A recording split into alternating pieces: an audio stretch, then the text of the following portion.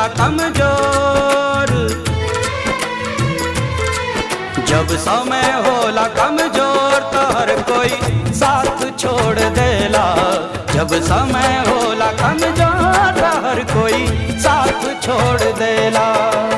हित परित हिताई मिताई जात छोड़ देला। जब समय होला कमजोर, जब समय होला कमजोर तो हर कोई साथ छोड़ देला। जब समय हो